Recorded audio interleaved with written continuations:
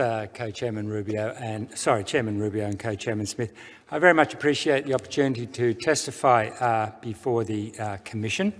Australia, as perhaps you know, is at the forefront of Beijing's influence and interference efforts with a view to breaking Australia away from the American alliance if it can achieve that. So what happens in Australia is of crucial importance to us all.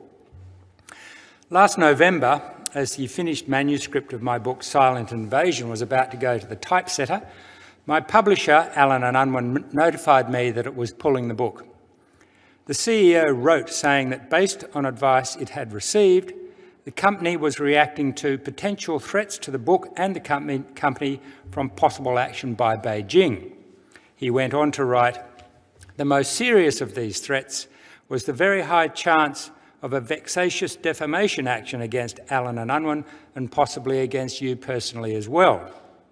The company's defamation lawyer had pointed out that it would not be possible to make further textual changes to the book that would protect the company from vexatious legal actions by Beijing's proxies in Australia, legal actions that would tie up the company in expensive legal action for months or even longer. The company had been spooked by recent defamation actions taken against major news organisations by so-called whales, a reference, I believe, to legal action taken by Chao Chak-wing, a Chinese-Australian billionaire resident in Guangdong, and Huang Jiangmo, a wealthy Chinese citizen residing in Sydney. Australia's domestic intelligence agency, ASIO, has warned the major political parties that they should not accept donations from these men because of their suspected links to the Chinese Communist Party. The defamation actions launched by these billionaires have had a chilling effect on reporting by news outlets in Australia and now on the book publishing industry. And I note that an editorial in the People's Daily a couple of months ago in effect endorsed the use of lawfare abroad, another instance of the Chinese Communist Party exploiting the institutions of democracy to undermine democracy. Allen & Unwin's decision to drop Silent Invasion was a deeply worrying affirmation of the argument of the book. No actual threats were made to the publisher, which in a way is more disturbing. The shadow cast by Beijing over Australia is now dark enough to frighten a respected publisher out of publishing a book critical of the Chinese Communist Party. The shadow has also frightened off the rest of the publishing industry. Even though the spiking of the book attracted headlines around the world, none of the major publishers showed any interest in publishing what would be Silent Invasion. I worry about the message that has now been sent to China scholars in Australia. The message is, if you write a book critical of the Chinese Communist Party, you will have trouble finding a publisher.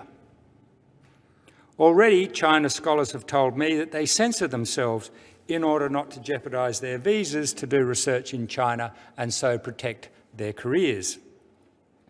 Recently, we've seen major Western publishers compromise academic freedom by censoring their publications at the insistence of Beijing. They did so to maintain access to the Chinese market.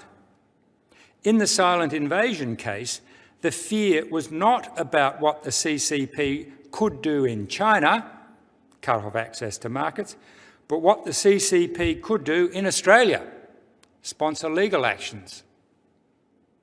The spiking of Silent Invasion represents perhaps the starkest attack on academic freedom in Australia in recent times. It attracted intense media interest and strong support from the public. However, throughout the saga, one sector remained silent: the universities. No representative organisation or prominent Vice-Chancellor, that is President of a university, made any kind of statement supporting me, a professor apparently being targeted by a powerful foreign state because of his work.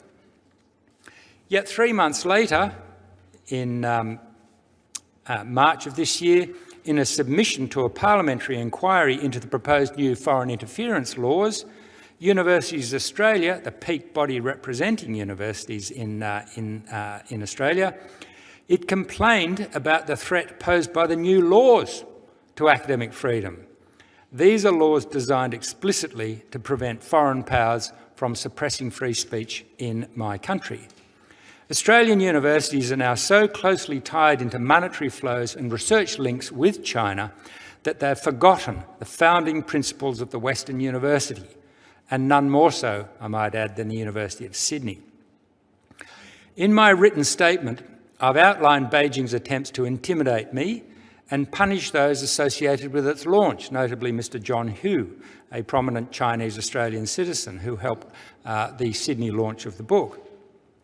The condemnations of me and my book are but a small part of a much larger strategy to emerge in recent times. Beijing is ramping up its rhetoric against Australia in a calibrated campaign of psychological warfare. Last week, the PLA Navy challenged 3 Australian warships sailing through the South China Sea simply for being there, for being in open international waters. Beijing has scaled up its threats of economic harm unless Australia changes its anti-China policy. This psychological warfare is but stage 1, with real punishments to follow if needed. So for Australia, this is what pushback feels like, at least in its early stages. When Australia stands up for its independence and democratic values and tells Beijing it will no longer tolerate interference in our domestic affairs, we expect it to react. For some in Australia, a mere expression of displeasure by the CCP is enough for them to buckle at the knees. There's no shortage of Beijing sympathisers and appeasers among Australia's elites, calling on Australian politicians, scholars and commentators to tone down the rhetoric, as if the current strain in the relationship between the two nations were our fault, rather than due to Beijing's campaign of subversion, cyber intrusions and harassment on the high seas. Former Prime Minister Kevin Rudd has recently joined in this blame shifting with his criticisms of the Turnbull government for standing up to Beijing. The next 2 years in Australia are vital.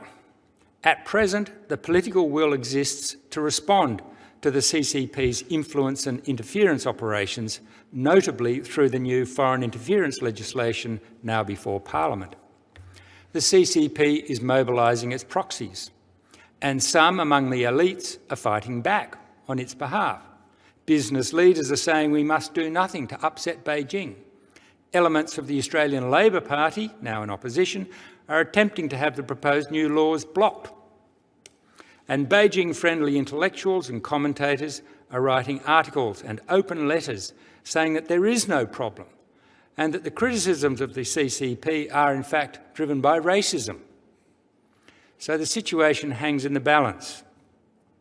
If we fail now to put up defences against the CCP's subversion, then the opportunity will probably not arise again because the influence in the party will have penetrated too deeply. Thank you.